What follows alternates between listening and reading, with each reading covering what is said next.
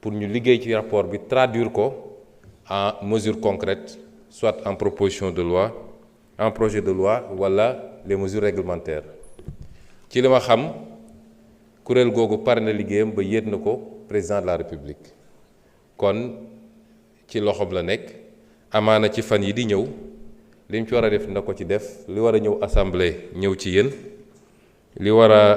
jaar ci gouvernement conseil des ministres ñu jël ko comme acte réglementaire ak yeneen yu mel noonu waaye gëm naa ni yàggatul bu soobee yàlla. li dem ci reddition des comptes laaj nañu ndax lan moo waral lenteur yi nag dañuy xaaj ñaar ñi nga xam ne seen xam-xam dafa màcc jëm ci yoon dañ naan le temps de la justice ne peut pas être le temps des hommes ou quelque chose comme ça encore que la justice est supposée être faite par des hommes et pour des hommes mais am na lu yoon wax mooy traiter les dossiers dans un délai raisonnable lan mooy délai raisonnable nag lu ñuy apprécier la benn dossiers yi war nañ ko traiter avec rigueur et sérieux nit balaa nga koy jiiñ ba war koo woo ba war koo atte da nga war a def liggéey bu sérieux loolu ñu nangul ko magistrature wala justice ni que parax-paraxe dossier gaawantu jiiñ nit bëgg a régler des comptes ñun bokkul ci suñu programme kon dossier yëpp nañ ko def teg ko ci yoon muy le temps de l'instruction bi jaar yoon ñu am ay preuves yu leer nañ wala ñu ñàkk preuve ñu xam ni lii la waaye rigueur boobu ñu laaj ci traitement dossier bi dàqantewul ak célérité ci un principe de procédure judiciaire parce que bu dossier gaawul tey bëri na ñoo xam ne ñu ngi leen jàpp te tey leen ay weer xanaa kay nit boo ko jàppee war nga ko mën a àtte bu gaaw wala nga ba ko mu dem këram waaye mënoo tey nit ay weeri weer ñu naan ñi ngi instruction kon loolu it justice war na cee góorgóorlu ba ñaar yooyu mu mun koo allier nañu traiter dossier avec rigueur waaye it nañ ko def avec célérité or ci dossier yooyu ngeen tudd defe naa bi ñu commencé ak léegi weesu na at te benn renvoi amagul mooy tey ubbeeguñu benn procès ne ñi ngi àtte nit parce que instruction ba jeex na loolu nag dafay xaw a niroog yéex lan moo ko waral ndax manque effectif la wala ñàkk farlu wala loolu xaw ma ko ñun nag en tant qu'exécutif du ñu immiscé wu ci dossier yi waaye am nañu sañ-sañu ñoon sax ñun la ko wax mooy ñun ñoo war a veiller au bon fonctionnement du service public de la justice waaye du ñu wax juge defal lii wala bul def lii te loolu bis bu ne ñoo ngi ciy def liñ ci war a def it ci suñu wàll mu jaar ci madame le ministre de la justice nga xam ne mënoon na tontu question bi sax waaye dama ko ramassé waale rek mun na am sax mu complété su dee am na lu mu ci yokk su dee am nay statistique la jëm nag ci ndax exécutif mi ngi traité correctement loolu moom awma ci sikki sàkk damay joxe exemple parce que sénégalais yu bëri dañu naan soo jëlee lu mel ni inspection générale d'État dañoo gëmloo nit ñi ni loolu compétence président de la République kese la moo tax ñenn ñi naan waaw Sonko wax na rapport sangam moom nu mu jotee sa rapport boobu te inspection générale d'État war a rendre compte exclusivement au président loolu ñàkk a xam loi yi la inspection générale d'État c'est logé à la présidence bu defee rapport am ba noppi président moo koy jox ordre de mission définir mission bi fixer même période bi bu defee rapport am ba pare communiquer ko ñu mu ko war a communiquer pour contradictoire am ñooñu tontu mu def rapport définitif am def li ñuy wax la note complémentaire def la fiche de synthèse day dem gis président toog ak président ñu jël proposition ñu def yépp benn période boobu yépp nag président am na ci sañ-sañ bu bari ndax le décret 2007-809 dafa wax ni président moom rek a am sañ-sañu approuver wala bañ a approuver une proposition moom rek bu ko neexee mu ne proposition bi approuvé naa bu ko neexee mu ne bii approuvé wu ma te proposition bu mu ne approuvé wu ma même su doon lu leer nañ kenn mënatu ci dellu si loolu la yoon wax bu président nag paree ba ne approuvé day bind ci kaw lu est approuvé mun na ne lu est approuvé sauf la proposition ou les propositions X, Y, Z mais bu xasee ba ne lu est approuvé le président est dessaisi du rapport amatu ci sañ-sañ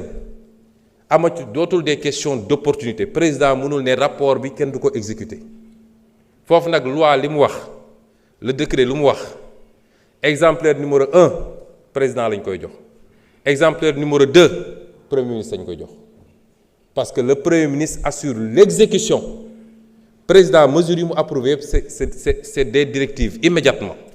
et c'est le premier ministre qui en assure l'exécution loolu tax mu am un bureau de suivi bu nekk primature ñu affecté fa un IGE moom mooy assurer le suivi de l'exécution l'article 16 du décret dit que l'article 15 du moins que c'est le premier ministre qui saisit les ministres chaque ministre mesure bu ko concerné directive bi moom moo koy saisir c'est le premier ministre qui saisit la Cour des comptes pour les mesures yi ne dañu ne ñu yóbbu chambre de discipline budgétaire loolu compétence su premier ministre la président mënu ko ne doo ko def keneen sañu ko c'est ça la réglementation et bi ñu ñëwee ba léegi amul rapport bu taxaw primature man rapport bu ñëw bu dee luy dem justice ma saisir ministre de la justice bu dee luy dem ci ministère yi ma jox leen bu dee luy dem Cour des comptes ma jox ko sama propre rakk bu ma bokkal ndey ak baay bu ko rapport épinglé ma transféré aw ma ci sikki sàkk rapport yu bëri ñëw na bi ñu toogee léegi les certificats nominatifs d'obligation nga xam ne bokk na ci rapport Cour des comptes ñëw na la CDC ñëw na le FERA ñëw na le fonds de développement routier dañ ko FDTT ñëw na mais yépp transféré nañ transmettre nañu bu nee nag dañ ne rapport bu 16 rapport boobu régime bi ñu fi wuutu moo ko defoon du ñun président bi ñu fi wuutu moo bind lu est approuvé sauf la recommandation numéro 2 mooy li inspection générale d'État ne statut honorariat bi am foofu président d'honneur bi fa nekk ànd ak ay avantages nañ ko supprimer boobu rek la président ne approuvé wu ma ko yeneen yi ci des yépp président da ko approuvé premier ministre bi fi newoon ci jamono jooju te waroon nekk fii honorable Amadou Ba commencé woon na exécuter rapport bi ba bind Moustapha Ba ministre des finances bind Abdoulaye Daouda Diallo président 16 un truc transmettre présidente sortante bi le rapport bind pour ñu saisir la justice yooyu yëpp mi ngi ko bind le 3 juillet 2023 kon rapport boobu du lu ñuy laam-laamee ndax dina dem wala du dem man nag continuité de l'état laa xam moo tax bi ma ñëwee la ma ca war a def naa ko li war a dem ci justice joxe naa ko li war a dem feneen joxe naa ko parce que noonu la war a demee comme yeneen rapport yépp kon amul lu ñuy téye ci rapport ku def ku coupable man xaw ma ko bu demee fi mu war a dem ñoom dinañ ko wax ma am yéene nag ñi mu concerné yépp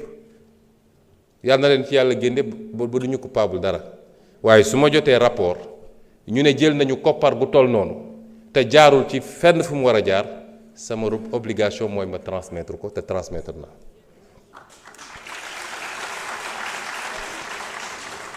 li jëm ci renégociation yi nag moom lu am solo la it ndax ñun dañ ko yàgg a wax ni niñ doon gérer suñuy ressources baaxul ak niñ ko pasare bi ñu commencé renégociation léegi su ma jëlee li jëm ci infrastructure yi rek niveau de surfacturation bu ñu découvrir en moyenne c'est 17% bu ñu defee moyenne bi ma def lu benn calcul bu ndaw boo jëlee